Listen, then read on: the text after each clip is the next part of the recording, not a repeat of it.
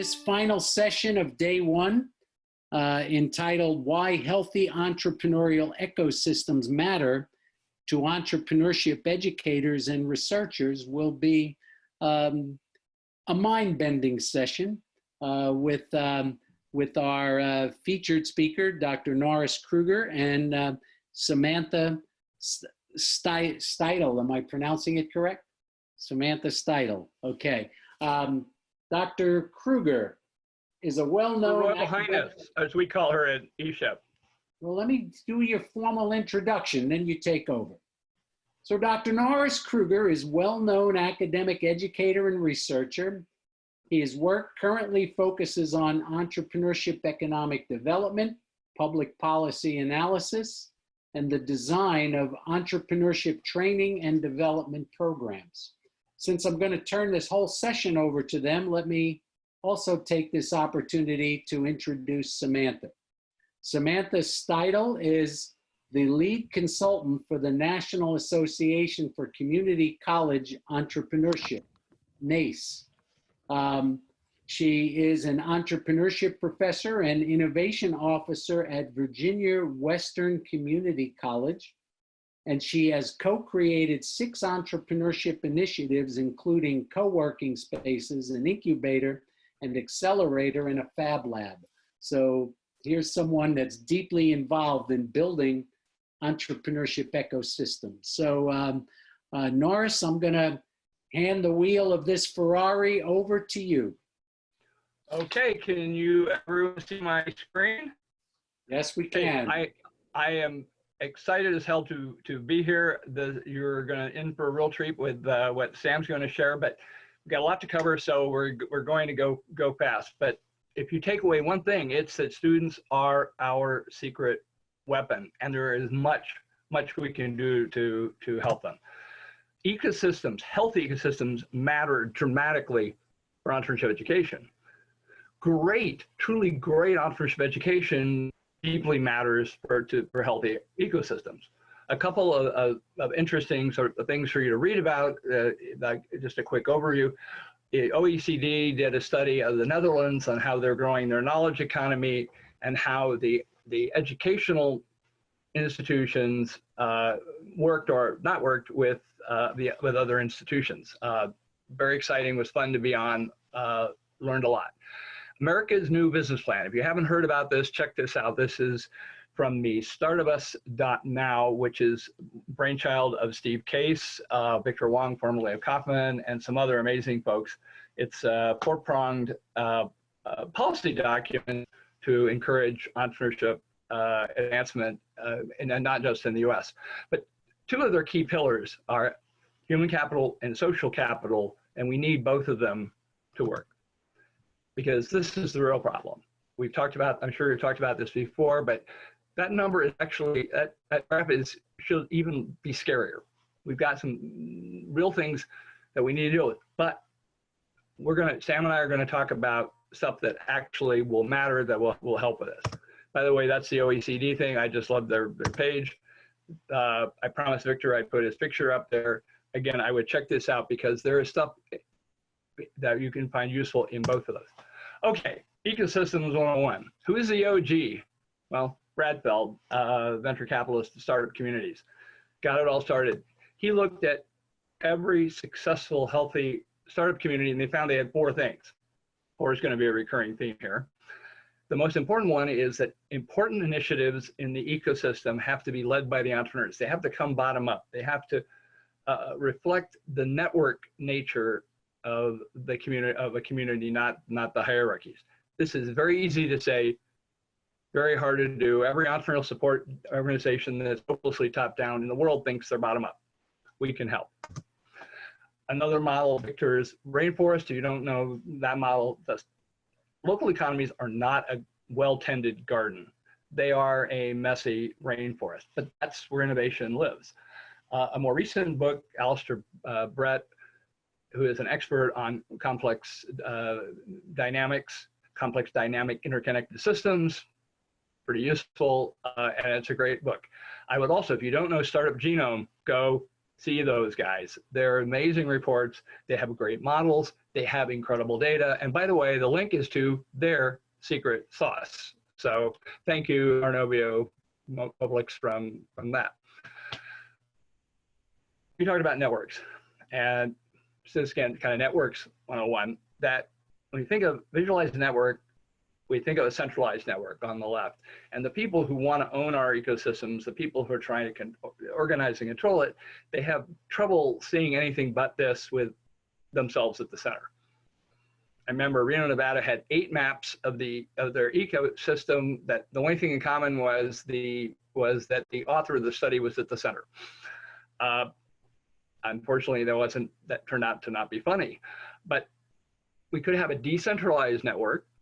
But the reality is it's a network of networks. In fact, it's a distributed network of distributed networks. It's very flat, and it means understanding the connectivity and how to advance that in a dynamic fashion is critically important. I love Ted Zoller and Marianne Feldman's work. Go look that up. You will like it. But how do we find the key leverage points in the community? And this is something students can help with. They can do research that would be undiplomatic for us. But is that connector connecting to a resource and jealousy guarding it, or are they selflessly connecting it? We'd like to think we're the latter. We want to make sure we're not the former. This is what the network really looks like. Now imagine if those dots, those nodes, were also changing. That's the reality we have to live in. But that's also our entry point to create value. Because the practitioners are leading the way, not just Brad Feld, not just Startup Genome, but there's a lot of very interesting stuff that's going on. That there's a lot of things, for both as a researcher, as an educator, and as trying to help the community. There are a lot of political effects. Who is the most highly paid person in the room? Who's the most highly political person in the room? They tend to get deferred to, even if they don't want to. Right now we're dealing with the Matthew effect, which is rich get richer. Entrepreneurial support organizations who aren't among the favored few are seeing their budgets slashed. And unfortunately, it's the wrong people who are still keep getting funded. But we can do that. Anyway, everybody, when I talk about this stuff, everybody always asks about GEM. What does GEM say? The Global Entrepreneurship Monitor early on identified that you need both human capital and social capital, that you need both of those. And this is where education and the ecosystems interact, often in a clunky fashion, but often brilliantly. An example of this is something I saw in Europe. Again, the HE Innovate people in the EU came up with, they brought together 26 badass primary and secondary programs in entrepreneurship education. We're talking K-12, US. Most of them were actually primary grades. 4 things, another 4 things every program shared. One is a deep co-immersion with the entrepreneurial community. That means the students are immersed in the entrepreneurial community, but the entrepreneurs are also immersed in the education. And while that can be formal or informal, but it's incredibly powerful. The second thing is one that will be near and dear to Don Winkle's heart, that the programs are not just student-led, they're student designed. If you can imagine first, second, third graders designing their own entrepreneurship program, and it works, damn. Of course, for a lot of our colleagues on this call, they would get fired if they did that, but we can work on that. The third thing that all of them have is they rigorously, regularly assess the impact they have. Is the needle moving? Which needle is moving? We have an unfair edge lately. Again, another HE Innovate program, EPIC, which is the first comprehensive assessment tool for the impact of entrepreneurship education. Don Winkle is rounding up people. You will probably be harassed into doing this on multiple fronts, but that's going to be very exciting. The fourth thing is both our biggest weakness and our greatest opportunity. Every K-12 classroom has a real teacher in the front. They have an honest-to-God, professionally trained educator. And even I have professional certification as a teacher, and I don't always feel like I'm a great educator. But Don Winkle, Colin Jones, Andy Penaluna, and some other good folks are putting together a killer MOOC that will be out shortly. Film at 11. I think you're really going to like this. So what else can we do? There's sort of three tasks that come out of, if you ask the ecosystem builders, they say there are three things that we can do. One is that we can be the convener. We can be Sweden. I love that the Basque Institute for Competitiveness calls itself orchestra, as in they orchestrate things. And that's really exciting. There are two things that I would throw out to you as sort of great practices to look at. One is just old school stakeholder mapping, really understanding your stakeholders. And that's something that nobody does a really good job of. So this is something you can teach your students. Your students can go help your local businesses do, and you can help map, not just a map of who does what, but how the system is actually, what the complex dynamics of the system. Second is the Global Entrepreneurship in Residence program. You know, the startup visa. Well, we don't have a startup visa, so this is a startup visa for no startup visa. That there's a program for doing it. Craig Montori at the Global Entrepreneur Residence program would love to hear from you. It is absolutely killer. He knows how to sell this to Republicans and Democrats. You can be a supporter of local events. I know a doctoral student in Europe who wanted to know about Startup Weekend. I said she should go. She drunk dials me at midnight from the venue saying she's not only on a team, they're kicking ass, and she's going to be an organizer the next time. Michaela Ruskova in Strathclyde actually started Glasgow's Startup Grind chapter. Pretty cool.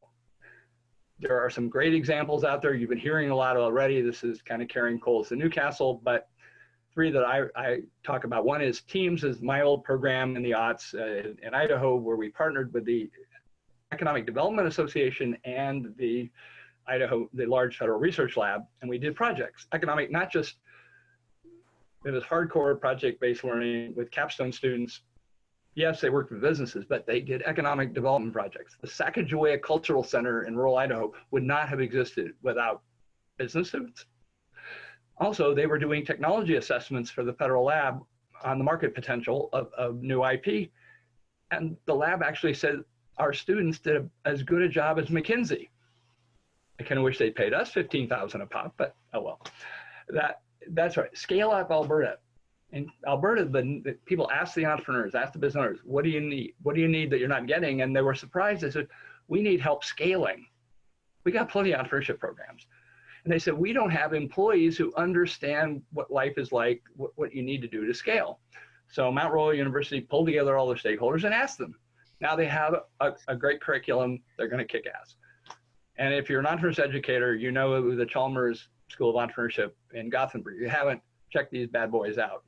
It's a master's program where teams of students midwife exciting IP from the university, from industry, from the entrepreneurial community, and turn it often into great ventures. 1 year they soaked up 40% of all the angel capital in Sweden. This of course made them enemies, but it made them even more friends. Anyway, another thing we're going to talk about is a little bit later is the ESHIP movement from Kauffman, and that's how I met the amazing Samantha Steidel, who's been this is her area of research and study and practice is exactly this. How do we do this? How do we bring these things together? And so I'm going to yield the microphone to Sam. We'll have plenty of room for questions at the end. But let's roll. Okay, yep. Thanks, Norris. So each year, 700 researchers, educators, policymakers, leaders, mentors, entrepreneurs, they all convene in Kansas City to support ecosystem builders. So this year, it'll probably look a little bit different for obvious reasons, but we see this as a bird's eye view of best practices for entrepreneurial ecosystems. So from both a researcher and a practitioner perspective, this experience offers some interesting insights. So we'll introduce you to 7 action steps of successful entrepreneurial ecosystems in higher education. So we'll also introduce you to a few of the corresponding examples. So number 1, these ecosystems adapt to uncertain conditions, and they create communities in new ways. So associations and conferences, they're having to really innovate and adapt. And this conference is a perfect example of that. But other communities such as USASB, NACI, and Kauffman's ESHIP, they're using tech in new ways. So for example, they're leveraging platforms like Slack and different Facebook groups. For example, this one is called Ecosystems Unite. So this is where ecosystem builders are mobilizing support for entrepreneurs nationwide during the coronavirus. So some of our most active members problem solving for these problems and issues that we're all dealing with, they're from higher education, both community colleges and universities. They're researchers and they're practitioners, but what they all have in common is they're all natural problem solvers. And so you'll see both Slack, like you'll see here, Chad Renato, out of Australia, created this the Slack channel called the Australian Innovation Ecosystem Builders channel. So he's cross-referenced different sectors, roles, themes, and topics. And I just think they've done a great job of taking this challenging situation and building community for an entire country using technology. And so I just think that's a really innovative way to meet this time. We're also used to being face-to-face, especially as ecosystem builders. We feel like that's our competitive advantage, right? We're so good face-to-face, but now we need to shift to be online. So this is just an example of how they've done that. So here's another example of using tech in new ways. So this organization's using virtual reality to brainstorm and collaborate. So this is a screenshot from a platform called Spatial. They use space around them to create shared augmented workspace where they can actually have real stickies up on the wall. Well, they're augmented stickies. You can also open up your screenshots in the air, which I just thought was really fantastic and forward thinking, and just another way to brainstorm and collaborate together, even though we're in different spaces, maybe even different countries. So I thought that was really fantastic. But if you're not into virtual reality, you can consider what's called a thinking canvas. And so this is a company called Mural.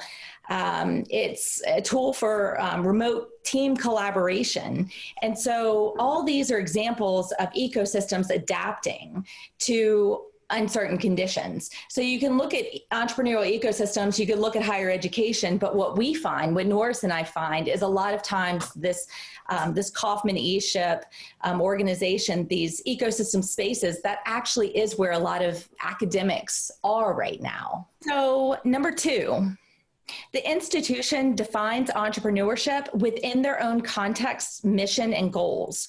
So did you know that throughout the literature, there are over 100 definitions for the word entrepreneurship, which when I found out, I just thought that was fascinating.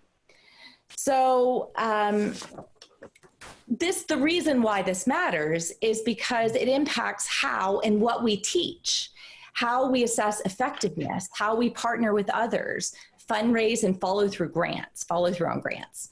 So for everything that I do, for example, entrepreneurship is defined as the creation of value in the form of economic, societal, cultural, and technological innovation.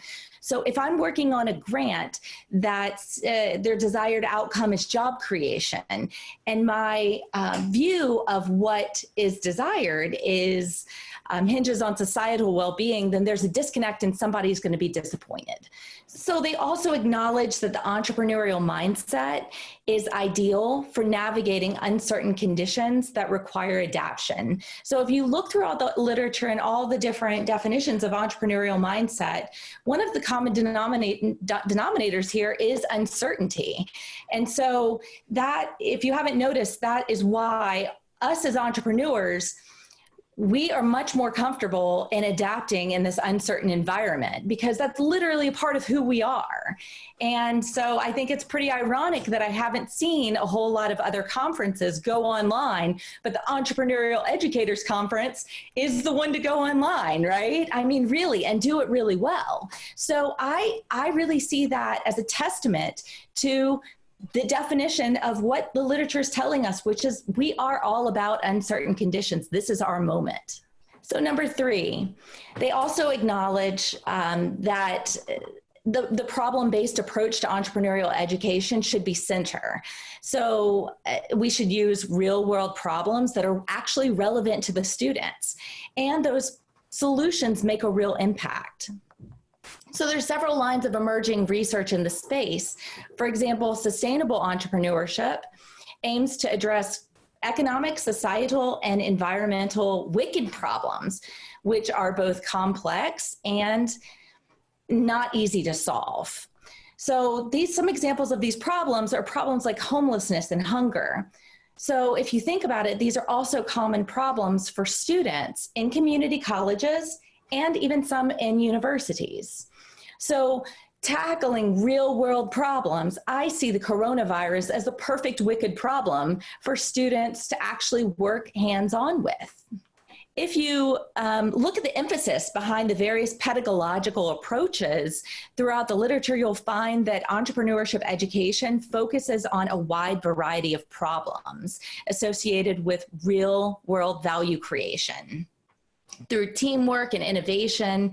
And this style of entrepreneurial education generates value, not only for individuals. And that is sort of the center point of a lot of my research is that, entrepreneurial education does not only generate value for individuals, it also generates value for organizations and also for society. And so this is one of my favorite charts that I came up with while doing some of my research. And the reason is because it gives a much more holistic perspective on the value of why we all are so invested in entrepreneurship. It is not just about that individual. These people, these individuals, these entrepreneurship students, they will go on to bring great value to organizations and society as a whole. And so you can look at the value that they create as measured by job creation, our economic success, our globalization and innovation.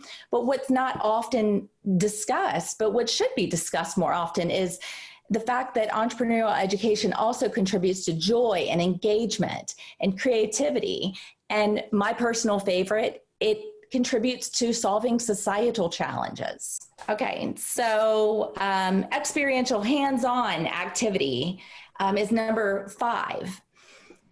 The most successful entrepreneurial ecosystems in higher education offer experiential hands-on activity, because this is widely considered best practices in entrepreneurship education. It also ties nicely with the broader ecosystem, as it's essentially a repository of real-world activities. Examples of experiential techniques include effectuation, design thinking, customer development, also lean startup, business model innovation, appreciative inquiry, and interdisciplinary formats for entrepreneurial education. And so teaching entrepreneurship offers the Exec Online program, which to me, I think is one of the most impressive programs that I've seen for experiential education. So I like to put them front and center, not because I get anything out of it, because I really am that excited and enthusiastic about this program. So another great tool for experiential education is Design for Challenge, and their #DoGoodFromHome challenge, which was a program originally built for middle schoolers, but it could easily be leveraged at a post-secondary level. So the program provides 3 different paths for student engagement. They have empathy warm-ups, design sprints, and community action. The reason why I think this program is so impressive is because it's also aligned with the UN Sustainable Goals, which encourage students to think about social, environmental, and economic sustainability. So if you're an AACSB accredited business school, you might also be aware of their newly proposed Standard 9, which encourages business schools to demonstrate positive societal impact. So this is a great opportunity to holistically work toward achieving that standard, which makes us more relevant to more people, right? They also build entrepreneurship education for both the entrepreneur and the intrapreneur. They know that there's a tie between entrepreneurship education and what both investors and employers want in future employees. In fact, in 2016, researchers at the World Economic Forum interviewed senior leaders from 371 global employers representing 13 employees, and that was across 15 emerging economies, including the United States. These are the non-cognitive skills that employers most requested in that study for their future employees.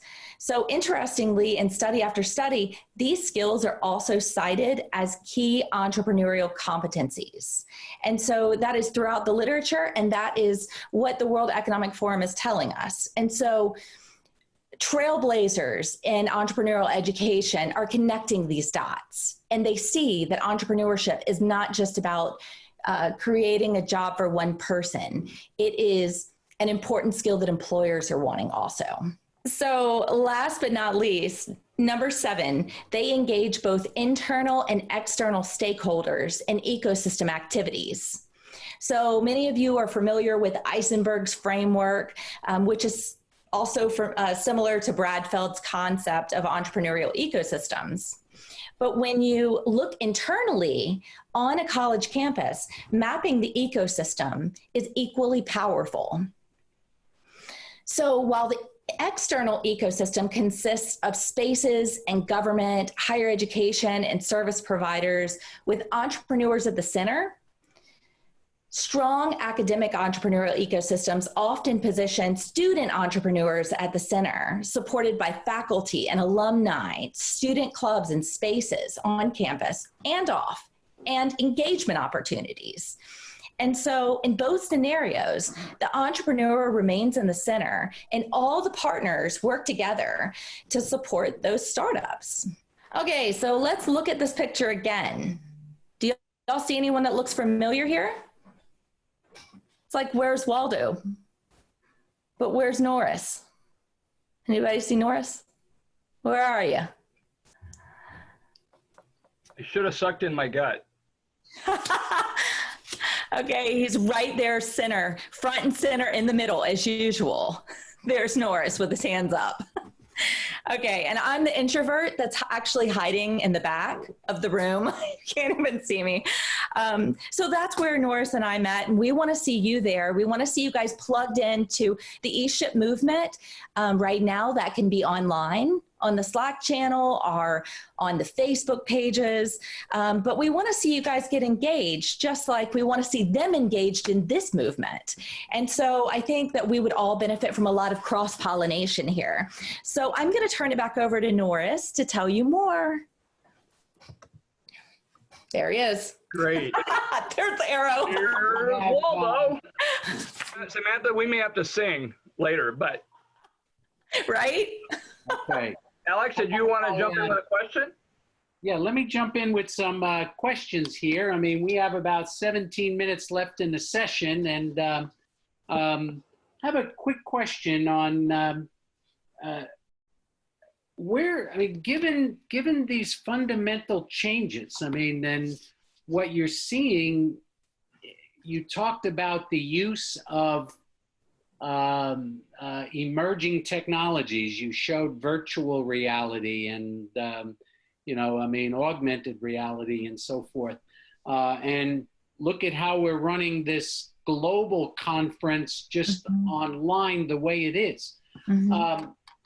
We've always conceived, well, I'm relatively new to the field of doing research in ecosystem development, but I've always conceived of ecosystems as local, as regional, as geographically defined.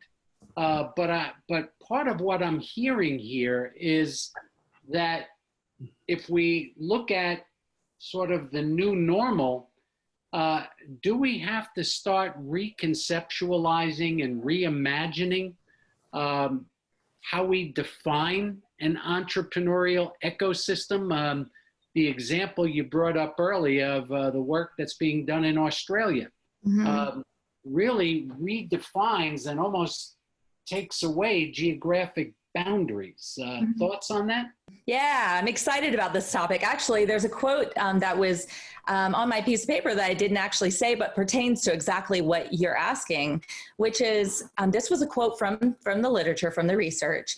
And it says, the entrepreneurship phenomenon is described as a micro level behavior that has important macro level implications. And so what they go on to say in that literature is that the macro level implications are where the ecosystem comes in. So then that's why it is so complicated, because, you know, a lot of times people want to focus on, are you doing macro research, or are you doing micro research? And this is a little bit of both, thanks to complexity. Okay. Yeah, and I would echo that industries are operating in an ecosystem environment, platforms that actually assume that there is no proximity. I think the saying is propinquity now trumps proximity. Is that being close online is enough, and it has some powerful implications for what we're doing, because you can, no matter how narrow your affinity group is, you can find them these days, and that's great for finding customers, finding suppliers, and finding research colleagues, for instance. Mm-hmm. Do you want to go on, or do you have another question, Alex? Yeah, I do have. I mean, I'm going to be very, very selfish here while I've got some experts on the line. I am working with our research groups here in San Diego in Mexico, our research team, Mujtaba Hassan and Ricardo Alvarez in Mexico, and Dolores Gonzalez in Mexico. And we're looking at entrepreneurship development and how nascent entrepreneurs learn. And we have the unique geographic proximity of being of a border, wall or no wall, but a border that is fairly easily permeable. But we're trying to evaluate it as we frame our research scope. Can ecosystem research be helpful in explaining some of the differences in entrepreneurial behavior in different regions? Well, you might want to talk to Christina Theodoraki at some point down the road. But one of the things that we're discovering is that the obvious players, for instance, in entrepreneurial learning, are not necessarily the important ones. There's a lot of informal learning going on. There's even basically on-the-job training. That so much of the great entrepreneurial learning is happening outside of formal education, and that gets to be really tricky to study. But it's really powerful if you can start getting a handle on that. It's always interesting that the key institutions aren't always doing that. It's the informal learning. It's not just, okay, your students are taking a class, you're working with a business in, let's say, Tijuana, but what they're doing, mentoring them on the side, may turn out to be the really important thing and the really interesting thing to research. I don't know if that helps. Samantha, you want to add anything? Okay. No, I think you covered it. Yeah. Okay, well, since Alex took some of our time, we're going to maybe we'll push ahead. Sorry. Go ahead. Yeah, whatever. Well, one of the things that with this ESHIP initiative, that I was going to pull up all one of the things that's happened, they've evolved into, like, the millennial goals and the Sustainable Development Goals, there are 7 big, hairy, important goals they're trying to solve, starting with diversity, inclusion, all the way to how the hell do we get paid. Goal 5 is the nerdy one, and I'm shamelessly biased toward it because I am goal champion for that goal, which is about how to be more evidence-based. I urge the people watching this now or later to click through and take a long look at it. There's a lot of neat stuff. You want to hear what Chad Renando was talking about, you can find it through the dashboard. Alex said we could give you homework, so we'll start there. A lot of interesting stuff. Some of the projects that we've been working on that are incredible opportunities, I think, for many people on this call to get involved in. These are, again, shamelessly taken from from Goal 5. There are projects like that for each of the 7 goals. Samantha's on other goals that are, I was going to say less important, but she knows where I live. That there's some projects that speak to research and speak to, a lot of it is about, how do we get better at our metrics? How do we get better at assessing whether something's a proven method? And how do we get all the stakeholders together to research these problems? The people with the big questions, the people with the big brains. Huge opportunity for that. A number of these, I think, will speak to you given the time constraints. I won't get into too much detail, but I will do some shameless self-promotion for the ESHIP group. A few of us are building a webinar, a MOOC on ecosystem building, and if you're interested in a beta customer, Kauffman says your money's good. Okay, Alex also asked me to talk about research. You know, the obligatory humorous slides. I'm looking at the clock saying we're actually not too far off here. Another 4, Kauffman asserted a few years ago that there were 4 things that we really needed to understand if we're going to understand ecosystem, things we have to measure before, during, and after. And it's the density, and it's not just startups per capita, because Boise is off the chart in startups per capita, but at the bottom for growth companies per capita, that there are a lot of interesting nuances, urban and rural, different industry groups, fluidity, how fast do they change? How smoothly do they change? We have no clue how to measure that. Connectivity, we've talked about, a lot of neat models out there. Again, the stuff that's being done around social network analysis makes me weep and envy. I keep begging Ted Zoller to do a study on Idaho, and he says, show me the money, understandably.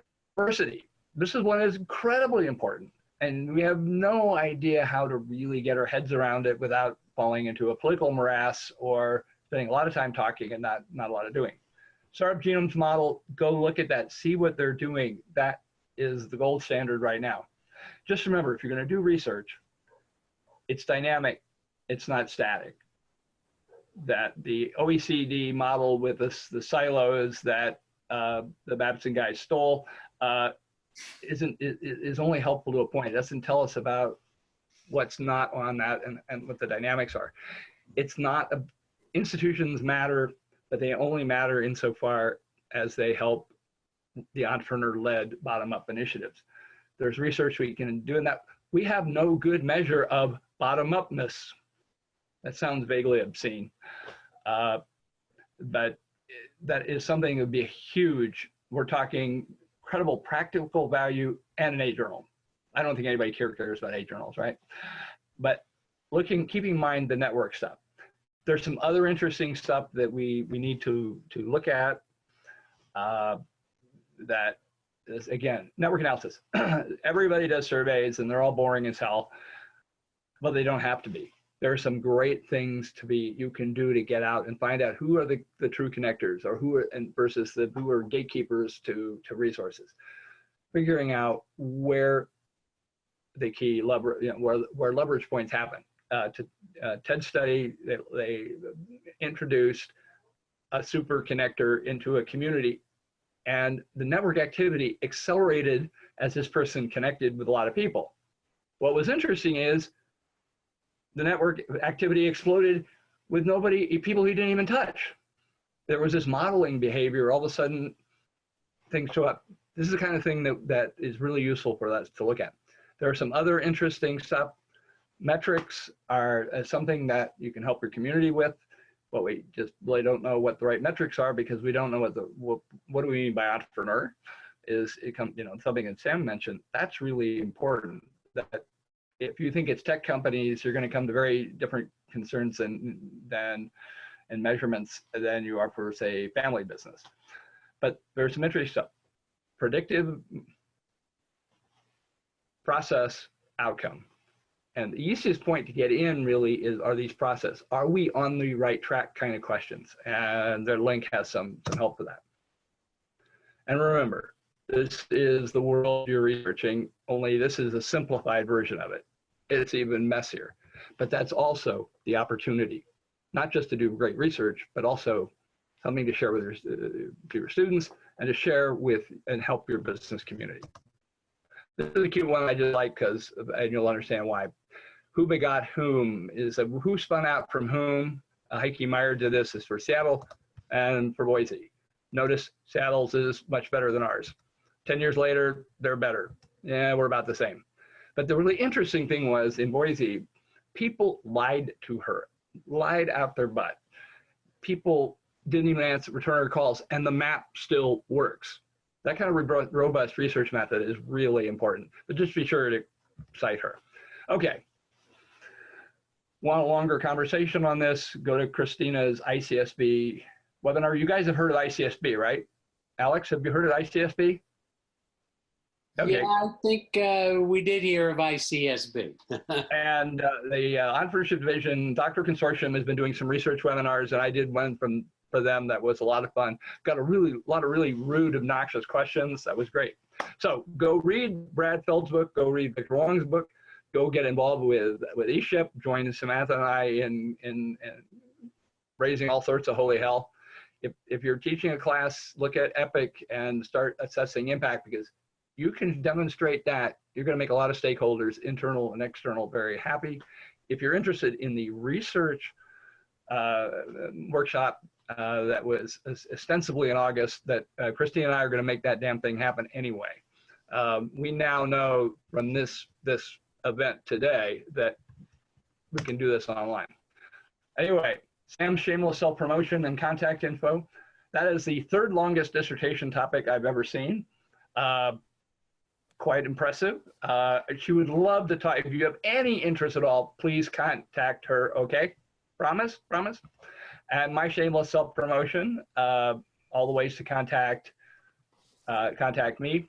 But in the time we got left, interested in questions and ideas, but here's your homework. I want you to be thinking about how can we as individuals go help our local ecosystem builders? What can we do today? What can we do tomorrow? What can we do in the long run? And what can we do together? Samantha and I are so excited to be here. You have no idea how many, I still got butterflies. I'm still nervous about this. We want to work with you, but we only want to work with the best people, which is you. You got this, we got this. Back to you, Alex. Sam, do you want to add anything? Yeah, I have one thing to add. So I underestimated the level of how impressive the EPIC program that Norris is talking about actually is. I was blown away. So when you hear EPIC, that is totally, if you have one takeaway, that is worth going to check out.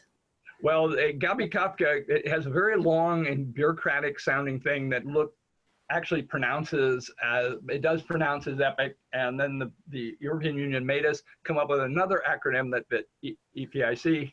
So we have some, what is also amazing is all the young scholars, all the scholars from countries that some of you can't find on a map that are just doing such kick-ass stuff. It would be so cool to be able to work with all of you. So Alex? What perfect timing here. What a fabulous session to end day one of our experimental California Entrepreneurship Educators Conference.